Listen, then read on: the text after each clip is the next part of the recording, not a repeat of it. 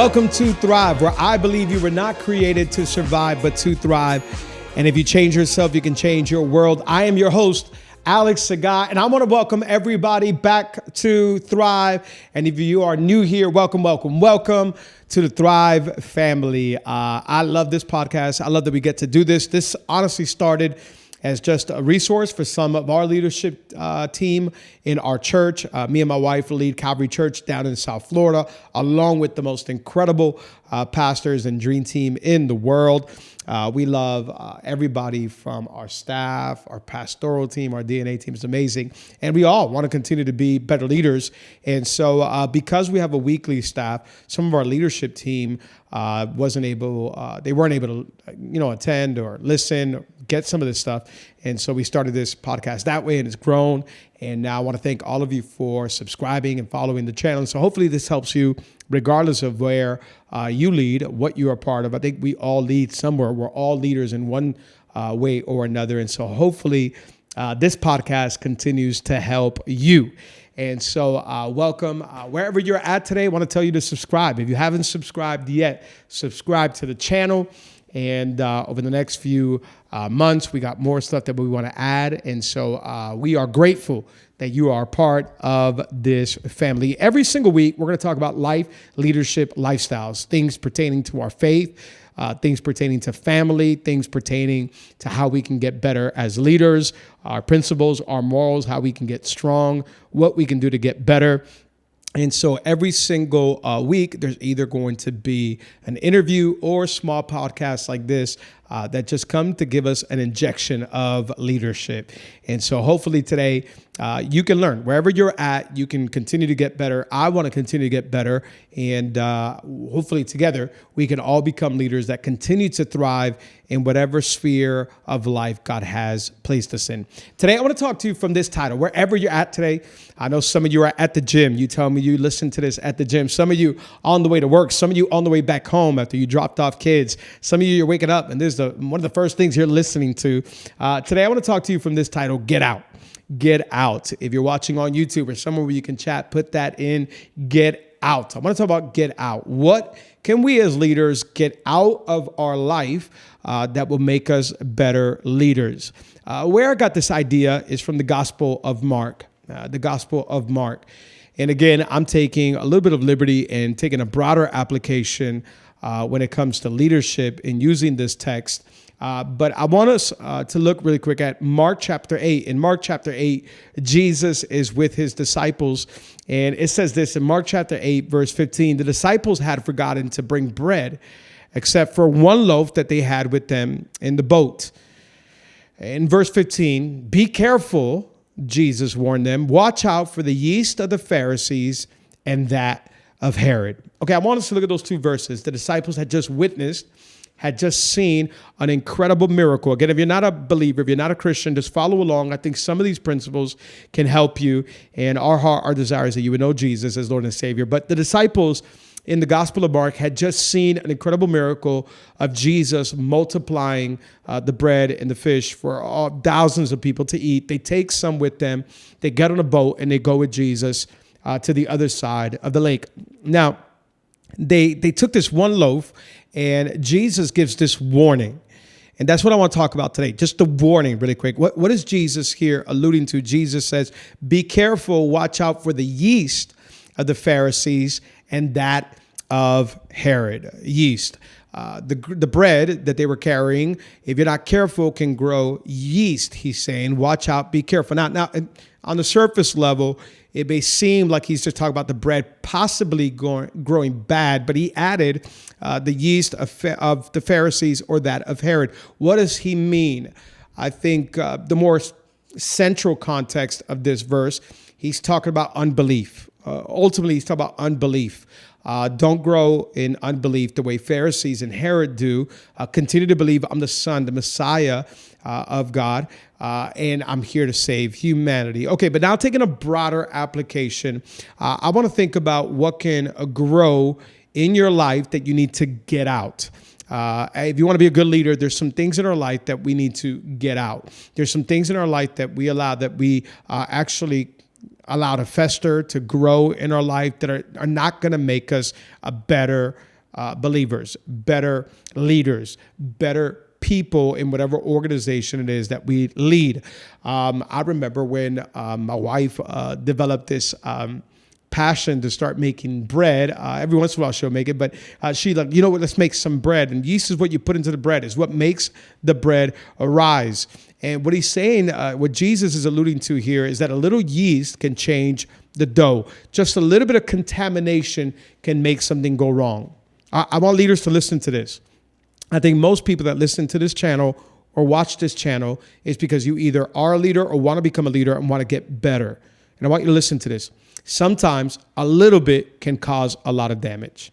What do I mean? Little things can cause big changes.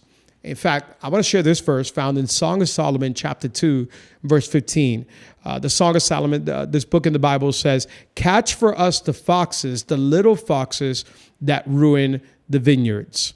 They're talking about love. It's a book about love and romance. But what he's saying is, catch the little things that you allow in the garden that ruin the garden. Catch those little foxes that go around and they'll eat the fruits or the vegetables and they ruin the garden. I want you to listen to this. Wherever you're watching, pay attention. There are small things in your life that if you allow will mess up the garden of your life or the garden of your leadership, your organization, your church, your family, your marriage, your home, your friendships. What are the small things that you've allowed? What's that yeast? What is the small foxes that you've allowed? And Jesus said, watch out. Watch out that the unbelief in other people's hearts is not getting in your heart. Today, as a leader who wants to thrive, not just survive, but thrive, a leader that knows that if they change themselves, they can change their world. What have you allowed to fester, to grow in your life? Get out. Today is the day where you say, get out. Get out of my heart, get out of my mind, get out of my soul, get out of my emotions. I'm going to continue to be a leader that thrives. Don't let that yeast continue to grow. Don't let those small foxes continue to ruin the garden of leadership over your life. I want to be a person that says, get out. Get out. I think we all want to become better leaders, honestly, if we're watching here. I think we've all led maybe to one degree or another. Maybe you're part of a team and you lead from your platform. Maybe you lead a team. Maybe you lead a family. Why don't we, right now, about the midway point of the year almost, as we're headed that way, get some things out. Say, you're not going to make it with me to 2025. Whatever it may be, there's a few things that we can get out. I want to give you 5 things that I believe can help us continue to be better leaders. But I want you to make your own list. A good leader, a great leader, is a leader that can always self-reflect, that can always examine their life. And so today, I want to invite you to journal. I want to invite you to look at your life and say, what are some small foxes that I've allowed in my life? What's some of the yeast that I've allowed in the dough of my life or in the dough of my leadership to make me not a better leader, to make me actually a worse leader, to make me an insecure leader, to make me a divided leader, to make me a passive leader, to make me a leader that's not thriving. I can't do this for you. You need to self-reflect. Take a moment. Maybe right now where you're at, you grab your phone. If you're sitting at a desk and just write down some things, man, I don't want this to be carried in my soul until the end of 2025. I'm going to share with you 5 things, but I think all of us can write way more. I'm going to write 5 things in our life that we can get out. You want to be a leader who thrives? I want to be a leader who thrives. I want to be a leader who excels. And so what are the small foxes that we can get out? Number 1, get out unawareness. Get out unawareness. In other words, I want to be a leader who's aware. Now, this goes back actually into the principle of actually journaling and self-reflecting, right? If you are an unaware leader, you are going to not lead for a very long time. If you are an unaware husband, your marriage is going to find some challenges in the near future.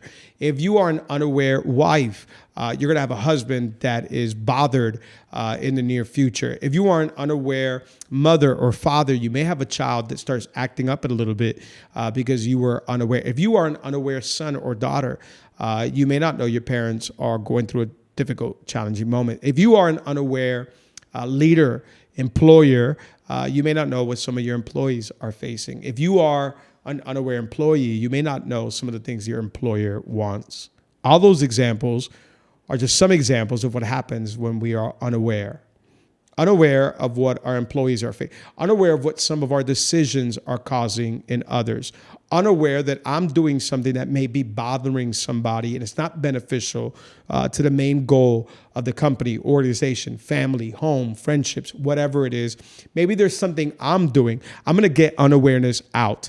Get unawareness out. Get out of my life, unawareness. I'm going to become aware. I want to be focused. I want to be asking questions. A good leader always asks questions. A good leader is always aware. Hey, what are you seeing? What are you noticing? Can I get better? Where can I get better? Where can I grow? I'll never forget, I went to a meeting in Birmingham, Alabama. I got the opportunity to go to Church of the Highlands, which is the largest church in our country, United States of America. And I was able to sit at a round table with Pastor Chris Hodges. And he shared with us, it was a round table of pastors, he shared with us some of the questions that he asked his key team. And one of the things that he asked the team is, how can I be a better pastor? What are some areas that I can grow in? And for me, I grew up in a Christian home. I grew up going to church my whole life. I think this is the first time I ever heard a leader, especially of his caliber and his stature, ask a question like that. And that was probably the year 2017. And I came back and I started doing the same thing. And I would ask my key leadership team every once in a while, hey, where can I get better? What can I do to get better as a leader? I still ask that question to this day. I don't want to be blind to some things that I do that are bothering people. I don't want to be blind to some of my shortcomings. I don't want to be blind to things that I do that don't land well. I want to be a person that's aware. I want to be aware. I don't want to be blind to things that I do that bothers Diana, bothers my daughter, or bothers my family. Tell me, I want to know. But there needs to be awareness in your life, not unawareness. You want to be a leader who thrives, whether that's in your friendships, in your marriage, in your home, in your organization. Be aware. Ask the questions. Get unawareness out. Number 2, get unwillingness out. Get out unwillingness. So what does that mean? There are some things that as leaders, you know you have to do, but you're not willing to do. I'm going to repeat that one more time. There are some things as leaders that you know you need to do, but you're not willing to do. What are some things that you know you need to do? Get unwillingness out.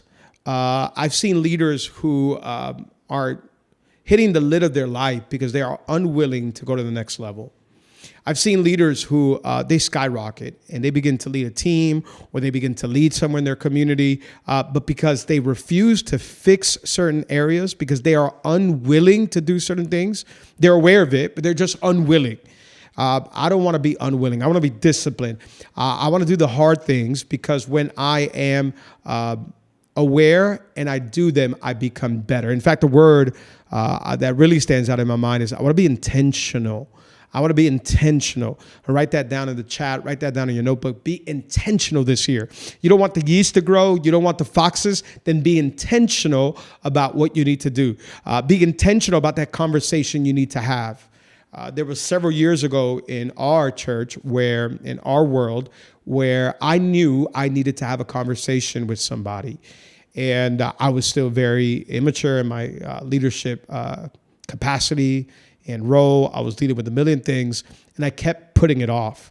I kept putting it off, and I kept putting it off. Months went by, and I wouldn't have the conversation. I was almost trying to avoid it.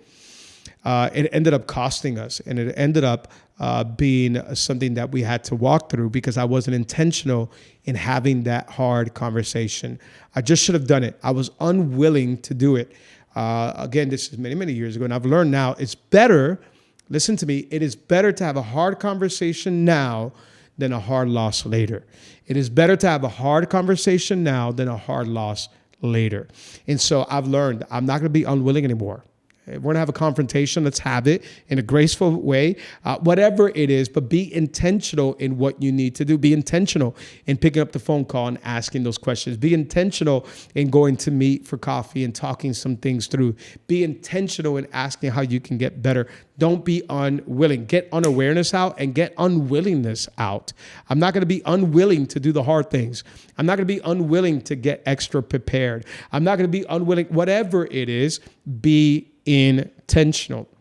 Be intentional because you'll become a better leader. I hope this is helping somebody. Write it down in the chats on YouTube if this is helping you out.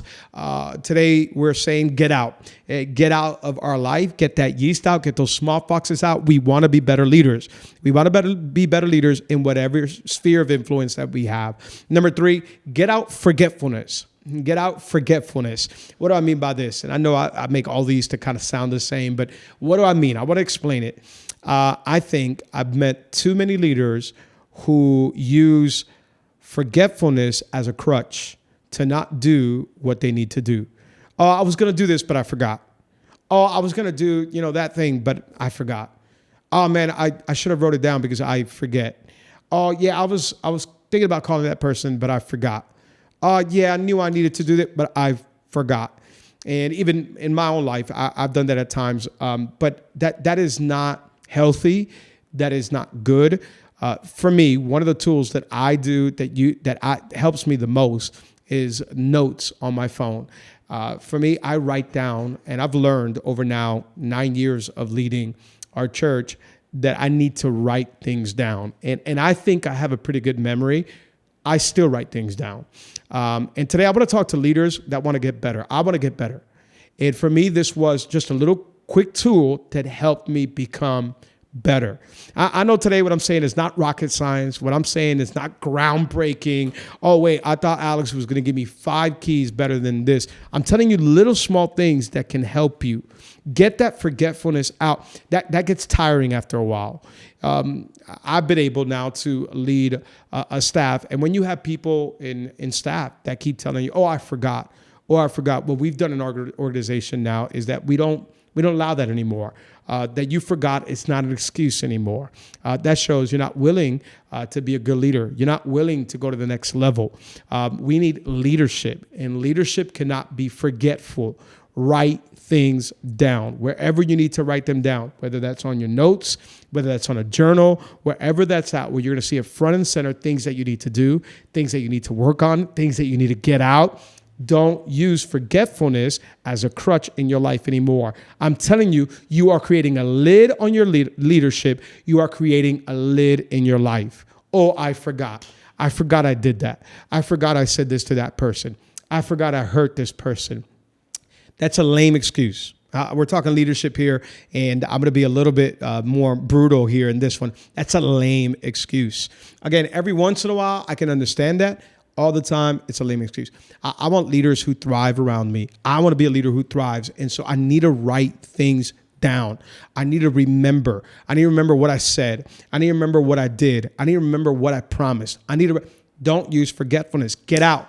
Get unawareness out, get unwillingness out, and get forgetfulness out. Leaderships who have those qualities are not very good leaders and don't lead very long. I hope this is helping you today, wherever you're at. Listen, this is an injection of leadership throughout your week. It's a short episode. We do these probably bi-weekly, and this is just meant to stir you up, to boost you up, to help you become a better leader. It's things that I'm reading. It's things that I'm listening to. Whatever it is, I want to be faithful to pass it on. Today, I want you to tune in for a second. I want you to listen for a second. What are some things that you need to get out of your life so that you can become a better leader? I'm always looking at God, what can I do? How can I be better? I want to be a better leader for the people around me, first and foremost for my family, and then to my church, what God has me leading today. Do that. Number 4, get out disbelief. Get out disbelief. This is a massive one. I'll never forget sitting with a pastor one time, and he had invited me, and we spoke for a little bit. And then I just noticed so much disbelief in his tone, in his words, the way he was carrying himself. And I was trying to speak faith into him. And although he was a man of faith, he had gone through a lot of loss. He had gone through a lot of heartache. He had gone through a lot of grief. And I told him, you need to start changing. I know you've gone through some tough times. So have we. We went through some very challenging times many years ago and still do. But I want to speak with faith. I want to speak with expectancy. That's the word that I want to talk about for just a moment. Expectation. That's something we started using on our church staff 8 years ago. Hey, let's just be a church that's always walking around with expectancy. What is God going to do? What is God doing? What has God promised? Let's have expectancy. Bishop T.D. Jakes says, expectancy is the breeding ground for miracles, meaning if you're never expecting anything, you're never going to see anything. But if you have expectancy in your heart, some things will happen in your life. If you're expecting God to do something, I expect God to heal. I expect God to save. I expect my family to be blessed. I expect that God's going to use me. I expect that God's going to open up doors of opportunity. I want to make sure I'm talking to somebody. Let us know in the chats. Let us know in the comments. But today, get that out of your life. I don't want to have unbelief, disbelief. I don't want to have passiveness. I don't want to have this kind of attitude of hopelessness. No, I'm going to have some faith and expectation in my life. This year, get that out. Say, get out. I want to be a leader who believes. I want to believe in people. I remember talking to another pastor that was just had just grown jaded. So many people can do you wrong. And maybe I'm talking to people that today, that's how you grew. I've had employees that have done me wrong. I've had partners that have done me wrong. I've had spouses. And you're on your second marriage, third marriage. And if you're not careful, you grow jaded and you stop loving people, believing in people. Get that out. You're never going to live a large life that way. Number 5, final last one, get out isolation. Get isolation out of your life. Get isolation out of your life. That's a dangerous place to be. You want to be a good leader, you can't live an isolated life. Nobody knows what you're facing. Nobody knows your thoughts. Nobody knows what you're up against. Nobody knows how you're feeling. Nobody knows your challenges. Nobody knows anything about you because you live an isolated life. You're not going to be a very successful leader, a very healthy leader for a long time. You'll lead. You'll have a short rise. It may be amazing. It may skyrocket, but just as fast as you went up, you'll go down because you live isolated. Nobody knows your weaknesses. Nobody knows your secrets. You don't have to tell everybody, but you have to tell somebody. And so get isolation out. And the word I want to talk about is connection. Get some connection in your life. The more you are connected, the more powerful you're going to be, the stronger you're going to be. Somebody was asking me a question several months ago about our church. I was in this pastoral type setting where different pastors were in the room, and somebody was asking me questions about our team, and they were asking me questions about my own life, and he started sharing an area where he's weak in, and it was administration, analytics. I'm not very good at that. That's not great. And I said, listen, neither am I, but I've learned to look for people that are skilled, talented, passionate, love God, but this is their passion, and this is where connection happen. Hey, would you come, work for us full-time and staff, and I need you to help me with this, and we'll meet all the time. And you need people but if you are isolated, I don't know how to do this, and I'm never going to be able to, find somebody because you don't even talk to nobody.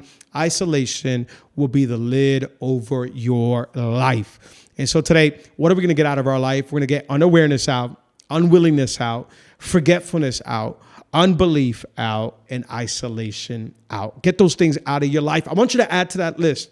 I just don't want you to listen to this injection of leadership for these few moments together, then forget about it. I want you to make a list at your desk, in your home, in your room, at the gym. Grab your phone, grab that notepad, write down a list of things that you want to get out of your life. I'm not going to wait till 2026 to get things out of my life. I'm not going to wait till 2030 to get these things out of my life. Let's work on it now. Get that yeast out.